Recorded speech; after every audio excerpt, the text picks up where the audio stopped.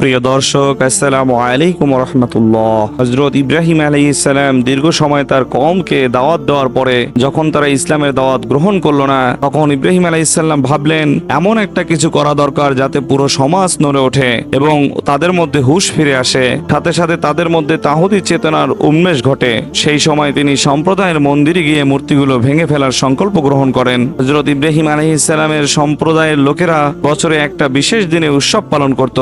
সেখানে নানা রূপ, অপচয় ও অশোভনীয় কাজ করত। এসব মেলায় সঙ্গত কারণে কোনো নবীর যোগদান করা সম্ভব নয়। কওমের লোকজনেরা উক্ত মেলায় তাকে যোগদানের আমন্ত্রণ জানালো, কিন্তু তিনি অসুস্থতার অজুহাত দেখিয়ে সেখানে যোগদানে অপারগতা প্রকাশ করলেন। অতঃপর তিনি ভাবলেন, আজকের এই সুযোগে আমি ওদের মন্দিরে প্রবেশ করে মূর্তিগুলোকে ভেঙে চুরমার করে দেব, যাতে ওরা ফিরে এসে তাদের মিথ্যে উপস্যাদের অসহায়ত্বের বাস্তব দৃশ্য দেখতে পায়। হয়তোবা এতে তাদের অনেকের মধ্যে হুঁশ ফিরে আসবে, আল্লাহ তাআলার প্রতি ঈমান জাগ্রত হবে এবং শিরিক থেকে তওবা করবে। অতঃপর তিনি দিবালয়ে ঢুকে পড়লেন। তারপর দেবদেবীর প্রতি লক্ষ্য করে বললেন, তোমাদের সামনে এত খাবার রয়েছে, তোমরা খাচ্ছ না কেন? কি ব্যাপার, তোমরা কথা বলছো না কেন?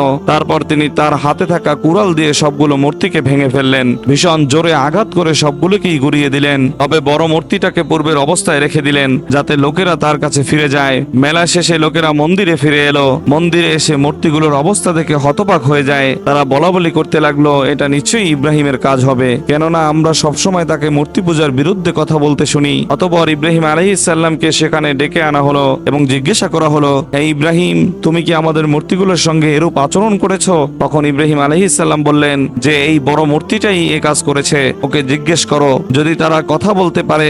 এ কথা শুনে তারা লজ্জা পেল এবং মাথা নিচু করে বলল, তুমি তো জানোই এরা কথা বলতে পারে না। তারপর তিনি বললেন, তোমরা কি আল্লাহর পরিবর্তে এমন কিছুর ইবাদত করো তা তোমাদের উপকারও করতে পারে না, ক্ষতিও করতে পারে না? তিনি আরো বললেন, তোমরা এমন বস্তুর পূজা করো যা তোমরা নিজ হাতে তৈরি করো, অথচ আল্লাহ তাআলা তোমাদেরকেও তোমাদের কর্মসমূহকে সৃষ্টি করেছেন। সম্প্রদায়ের লোকেরা রাগান্বিত ক্রোধের বশবর্তী হয়ে ইব্রাহিম আলাইহিস সালামকে কঠিন শাস্তি দেওয়ার পরিকল্পনা করলো। তারা সিদ্ধান্ত নিল যে একে আর বাঁচতে দেওয়া যাবে না। শুধু তাই নয়, একে এমন দৃষ্টান্তমূলক শাস্তি দিয়ে মারতে হবে যেন কেউ এর দলে যেতেও সাহস না করে। তারা তাকে জীবন্ত পুড়িয়ে মারার প্রস্তাব গ্রহণ করলো এবং সেটা বাদশাহ নমরুদের কাছে পেশ করলো। সম্রাটের মন্ত্রী ও দেশের প্রধান পুরোহিতের ছেলে ইব্রাহিম তাদের মূর্তিগুলোকে ভেঙে ফেলেছে, আমরা তাকে আগুনে নিক্ষেপ করার আবদার করছি।